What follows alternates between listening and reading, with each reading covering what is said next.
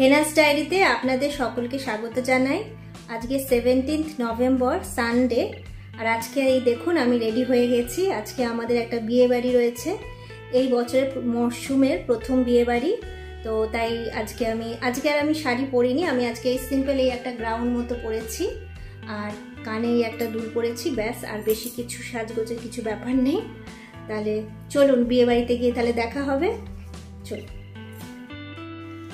বিয়ে বাড়িটা যেহেতু অনেক দূর ছিল এবং আমাদের পরিবারের সবারই প্রায় নিমন্ত্রণ ছিল, তাই জন্য আমরা একটা গাড়ি বুক করেছিলাম। এই গাড়িটা আমার মেয়ের পুলকারের গাড়ি।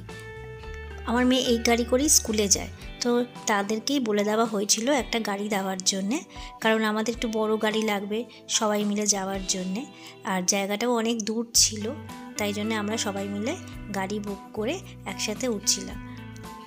এখন আমরা 6 জন উঠলাম, এরপর মাঝ রাস্তা থেকে আমাদের আর এক পিসিও উঠবে, তারপরে আমরা সবাই মিলে বিয়েবাড়ি পৌঁছে যাব। এখন মোটামুটি 6টা মতো বাজে, আমরা এই টাইমে বেরিয়েছিলাম। আর আমাদের পৌঁছাতে বিয়েবাড়িতে এই যে পৌঁছে গেছি, মোটামুটি 8টা বেজে গেছিলো। সবাই মিলে আমরা ঢুকছিলাম।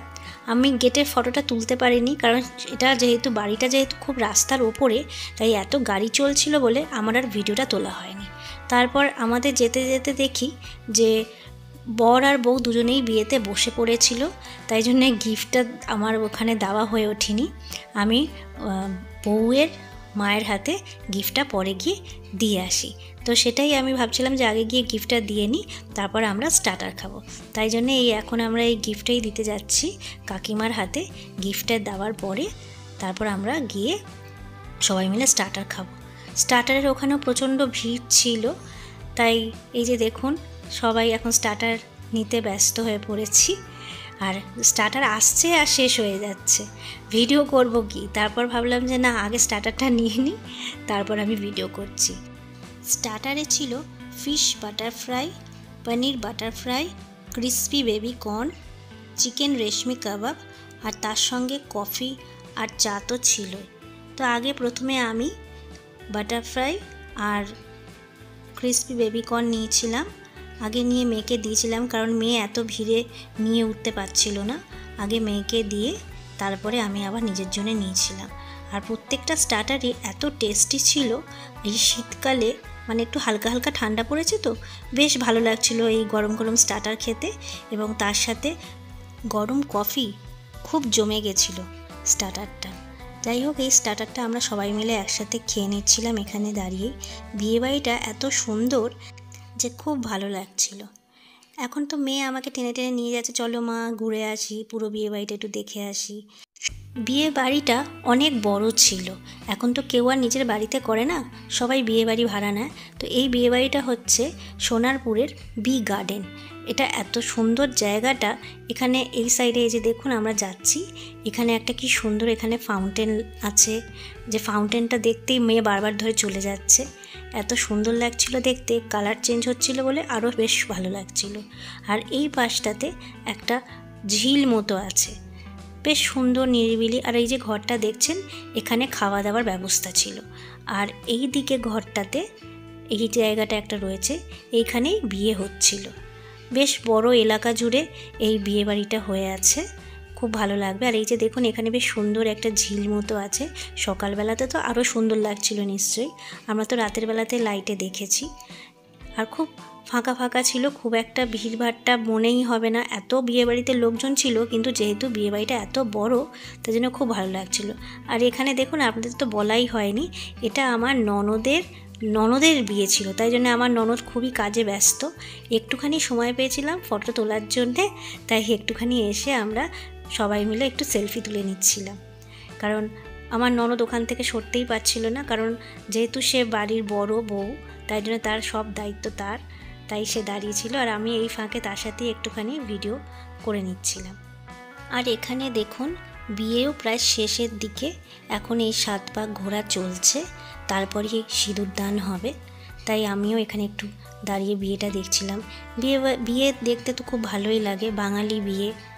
আর এই যে এখন সিঁদুরদান পর্ব হবে, এটা হলেই বিয়ে শেষ হবে। এখন এই বরকে শেখানো হচ্ছে কীভাবে সে সিঁদুর দেবে না দেখে।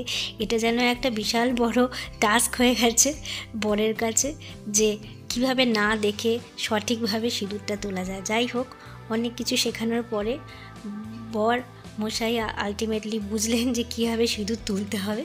তো সেটাই হচ্ছে, এই তুলে দিলেন, হয়ে গেল। বউকে তো খুবই মিষ্টি লাগছে সিঁদুর পরে।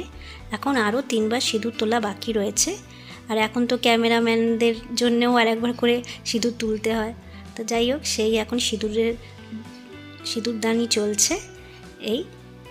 এটা হয়ে যাওয়ার পরে আমরা তারপরে এই দানটা দেখে নেওয়ার পরে আমরা তারপর এবার ডিনার করতে চলে যাব। এই যে দেখুন, খুব সুন্দর লাগছে বউকে। নবদম্পতিকে শুভেচ্ছা নতুন জীবনের জন্যে। আর এই যে বিয়ে সমাপ্ত হয়ে গেছে। এবার চলুন আমরা একটুখানি গিয়ে ডিনারটা সেরে ফেলি। এই যে এই হলে এসে গেছি। এখানে বুফে সিস্টেম করা হয়েছিল, প্লাস সাইডে কয়েকটা টেবিলও ছিল যেখানে বসে খাওয়া যাবে। তো আমরা প্রথমে এখানে, আপনাদের তো মেনুটাই বলা হয়নি। এখানে মেনুতে ছিল ফিশ ফ্রাই, কিমা চানা মশলা, কুলচা, তারপরে ছিল মাটন বিরিয়ানি, চিকেন কষা, আর ছিল চাটনি, পাঁপড়, মিষ্টি আর সন্দেশ। তো আমি প্রথমে আগে ফিশ ফ্রাই আর চানা, কিমা আর কুলচা খেয়ে নিয়েছিলাম। তারপরে আমি শুধুমাত্র মাটন বিরিয়ানি খেয়েছি, কারণ আমার আর চিকেন কষা ঠিক মাটন বিরিয়ানির সাথে ভালো লাগছিল না, তাই জন্য আমি সেটা খেয়ে নিয়েছি। আর মেয়েও শুধুমাত্র মাটন বিরিয়ানি নিয়েছে আর একটা ফিশ ফ্রাই নিয়েছে। তো আমরা এখানে সবাই মিলে বসে খেয়ে নিলাম। খেয়ে নিয়ে এবার আমাদের বাড়িও ফিরে যেতে হবে খুব তাড়াতাড়ি, কারণ অনেক রাত হয়ে গেছে। পরের দিন সকালবেলা তো আবার মেয়ের স্কুলও রয়েছে।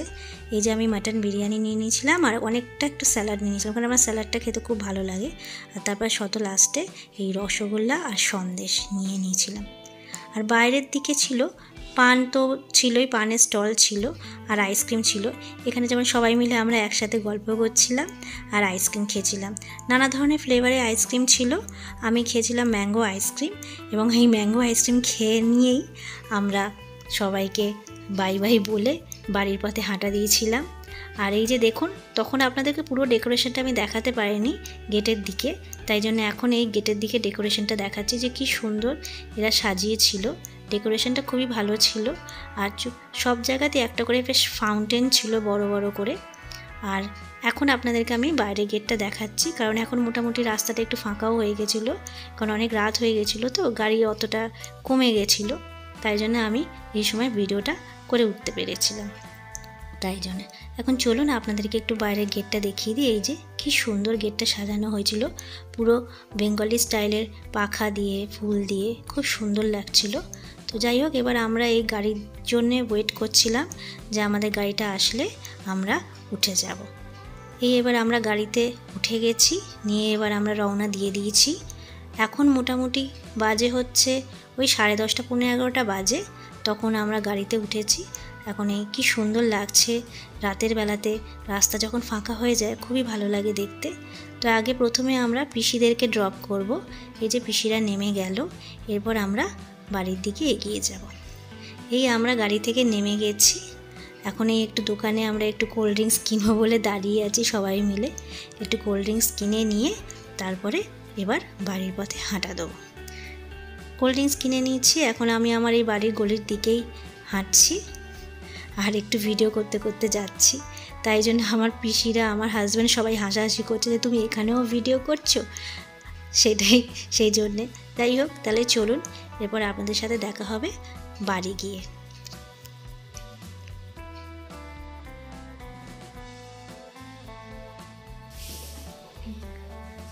বন্ধুরা, এই বাড়ি ফিরে এসেছি, এখন এই চেঞ্জ করে নেব। আজকে তাহলে ভিডিওটা এখানেই শেষ করছি, আবার দেখা হবে নেক্সট ব্লগে।